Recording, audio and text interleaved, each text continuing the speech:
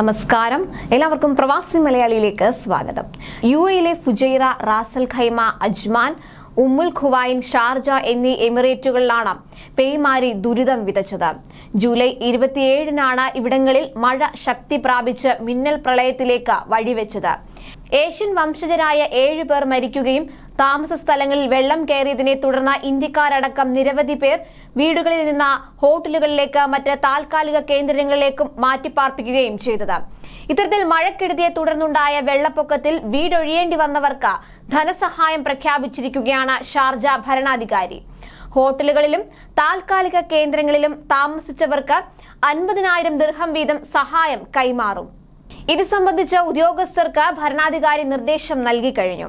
പ്രതികൂല കാലാവസ്ഥയിൽ ജീവിതം തകിടം മറിഞ്ഞവർ ഒറ്റയ്ക്കല്ലെന്ന സന്ദേശം നൽകുകയാണ് ഷാർജ ഭരണാധികാരിയും UAE സുപ്രീം കൌൺസിൽ അംഗവുമായ doctor Sheikh Sultan bin Muhammad Al Qasimi. ദുരിതബാധിതരുടെ വീടുകളിലേക്കുള്ള മടക്കം എളുപ്പമാക്കുന്നതിനാണ് ഓരോ കുടുംബത്തിനും 500,000 ദിർഹത്തിന്റെ ധനസഹായം പ്രഖ്യാപിച്ചിരിക്കുന്നത്. ഷാർജ സാമൂഹിക സേവന വകുപ്പ് മേധാവി അഫാഫ് അർമറിയാണ് പ്രാദേശിക മാധ്യമത്തിലൂടെ ഇക്കാര്യം അറിയിച്ചിരിക്കുന്നത്. ഇമിറേറ്റിലെ നിരവധി കുടുംബങ്ങൾക്ക് ഇതിന്റെ ആനുകൂല്യം ലഭിച്ചേക്കും. ഫുജൈറ, റാസൽ ഖൈമ, അജ്മാൻ, ഉമ്മുൽ ഖുവൈൻ, ഷാർജ എന്നിവിടങ്ങളിലാണ് പേമാരി ദുരിതം വിതച്ചത്. ഷാർജയിലെ ഖൽബയിലാണ് ഏറ്റവും കൂടുതൽ നാശനഷ്ടങ്ങൾ ഉണ്ടായത്. കടകൾ, വീടുകൾ, വാഹനങ്ങൾ എന്നിവ തകർന്ന് ലക്ഷങ്ങളുടെ നാശനഷ്ടമാണ് ഇവിടെയുണ്ടായത്. ഷൈഖ് സുൽത്താന്റെ പ്രഖ്യാപനം വീടുകൾ തകർന്നവർക്ക് വലിയ ആശ്വാസമായിരിക്കുകയാണ്. ഫുജൈറയിലും റാസൽ ഖൈമയിലും അധികൃതർ നാശനഷ്ടങ്ങളുടെ കണക്കെടുപ്പ് ആരംഭിച്ചിട്ടുണ്ട്. ഇന്ത്യക്കാരടക്കമുള്ള 100 കണക്കിന് താമസക്കാർക്ക് പാസ്പോർട്ട്, മറ്റ് വിലക്കപ്പെട്ട രേഖകളും നഷ്ടപ്പെട്ടു.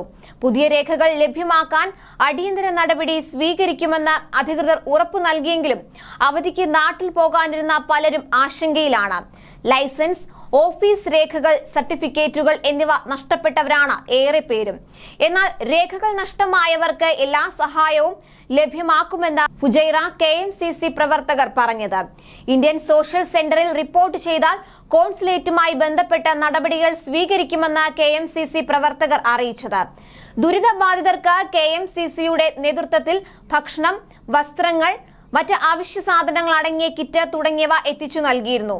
ഫുജൈറ KMCCയുടെ ഇതര സന്നദ്ധ സംഘടനകളുടെയും പ്രവർത്തകർ ഭക്ഷണവും മറ്റ് സഹായവും ലഭ്യമാക്കാൻ ആദ്യ ദിവസം മുതൽ തന്നെ സജീവമായിരുന്നു. ഹോട്ടലുകളിൽ താമസിക്കുന്നവർക്ക് ഭക്ഷണവും മറ്റ് സൗകര്യങ്ങളും ഒരുക്കി നൽകി.